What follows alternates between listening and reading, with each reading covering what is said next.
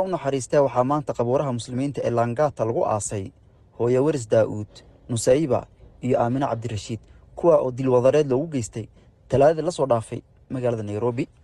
Aaskan ayaa waxaa isugu soo baxay dadweyne aad u fara badan, hadday noqoto culimadii, siyaasiyiintii, waxgaradkii, dhalinyaradii, haweenkii iyo weliba idaacadihii. dadweynaha ka soo qayb galay aaska ayaa u duceeyay meeytida ilaahayna u weydiiyay jannatul firdawsa. sidoo kale qaar ka mid ah siyaasiyiinta ayaa halkaasi waxaa looga dhageystay warbixin. culimada ayaa ayaguna halkaasi fariimo adag u diray shacabka Soomaaliyeed ee ku dhaqan wadankani Kenya.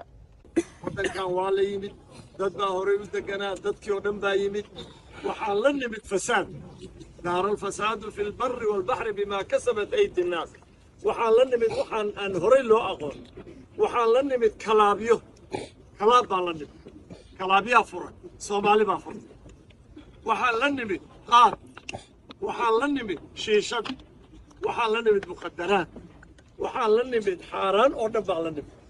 waxaas waxa weeye nabiga calayhi salaatu wasalaam qur-aankana wattaquu fitnatan laa tusiibanna aladiina dalamuu minkum khaasa.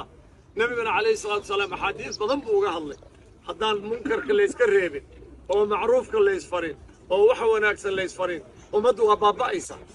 sidoo kale waxaa aaska ka soo qayb galay xildhibaanka laga soo doorto deegaan doorasheedka Kamakunji Yuusuf Xasan iyo safiirka Soomaaliya u fadhiya wadankani Kenya. xildhibaan Yuusuf ayaa ugu horeyn u tacsiyadeeyay ehelkii ay ka baxeen marxuminta. sidoo kale xildhibaanka ayaa sheegay qaar ka mid ah raggii falkani geystay in laamaha amnigu ay gacanta ku hayaan, maalmaha soo socdana warbixin dhammaystiran ay ka soo saari doonaan. sidoo kale xildhibaanka ayaa ugu baaqay bulshada Soomaaliyeed in ay isku xirnaadaan, sidoo kale ay